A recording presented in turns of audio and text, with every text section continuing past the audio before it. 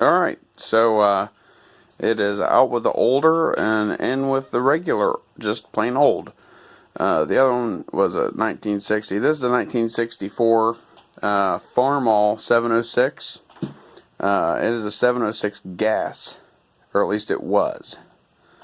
Brought it in barely, and I mean, I just barely, like, and that exhaust pipe has about half an inch of clearance between the pipe and the rafters. So trying to drive this thing in, it was a little nerve-wracking, especially since it has the big 9.5/20 wheels on the front and new 8-lug hubs.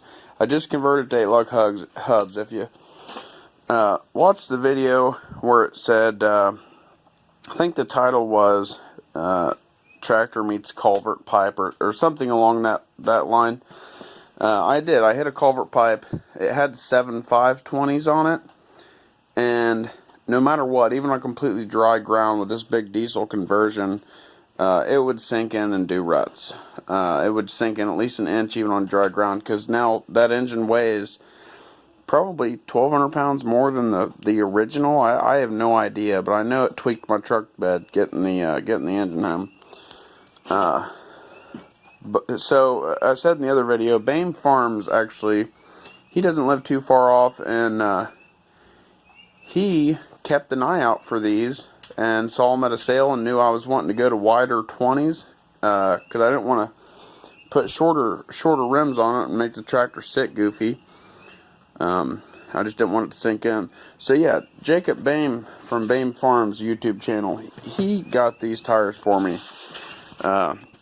You know, I paid him what he paid for them.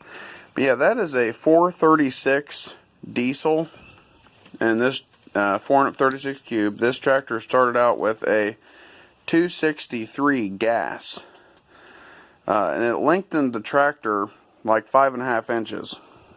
Those are 1066 rails, and I used a 966 flywheel and pressure plate to make it work.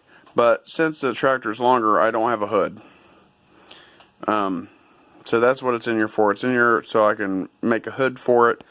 The hood I got is a 560 hood, Farmall or International 560. Because the 560, the hood from front all the way to the dash up there in front of that shifter on your left is all one piece. And the bigger ones are two pieces, but it's the same hood profile. So the 560 hood is like 56 inches or 50 inches or something like that.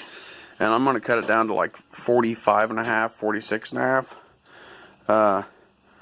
Yeah, and I'm not real proud of that. The fact that it goes from a 3-inch inlet on the intake to a 2-inch inlet. You know, and that's just some car turbo piping, whatever I had laying around for back when my hot rod days, I guess, being young. But I had that stuff laying around and it worked. But yeah, a 1066 and any of the 66 series are actually wider. Like this frame channel here would have been square, not rounded. And to prove to you it's wider, if you look back here, the frame rail and the engine plate sit out like almost an inch. I think that's 3/4 of an inch wider than my transmission housing. But all the internals are exactly the same. Eventually, when I ever have to go into the transmission, I am going to replace this housing. We're 3 or 4 years off yet because just financial reasons and the fact you have to be responsible for where your money goes when you're a small farm. But I'm going to replace that housing, and there's only 2 or 3 other parts that are different. And what I did, I don't know if you can see that, but I made spacer plates. And those plates that are in between the rails here, that's my original frame rail, just doubled up. The one piece already had the bolt holes. You know, it's like a bolted bolster to it.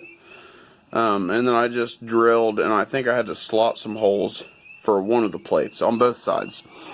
So the whole frame is about 1.5 inches, 2 inches wider. But yeah, like I said, it's time to get this thing in here and get it going. I've got a guy that's supposed to be getting me that emblem. I need some lift arm adjusters. That white box on the back that's like around the bottom. If you look back in some of my older videos, you might see a cab. I don't know. I know I'm taking some video but not posted it.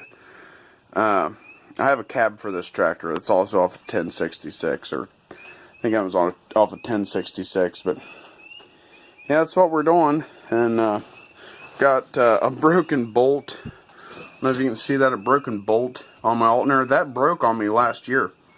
I have no idea how or why, but it broke. And it never came loose. Like the belt's still tight, you know.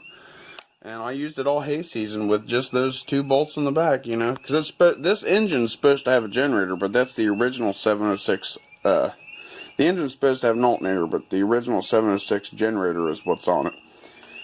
So, yeah, I got to get some gauges hooked up properly and what have you. But anyway, stay tuned, and I'll try to do some more on this tractor and some more on the B275.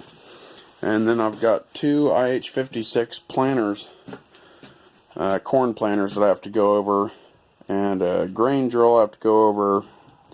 The disc is pretty well junk. I said that in another video. I think that was the culvert pipe video, because this tractor was parked right in front of that disc when I made that video. So anyways, if you watch to the end, I really appreciate it. If you like what you see, let me know by hitting the like button. If there's anything you'd like to see, let me know in the comments. If you have any tips or suggestions, I'm always open to ideas. Obviously the battery, you know, I need an idea on that, because it's not sitting in there right. But yeah, so like I said, stay tuned, and thanks for watching, you know, this video and any other videos you enjoyed. Just trying to show people that, you know, anything's possible. So like I said, I appreciate it.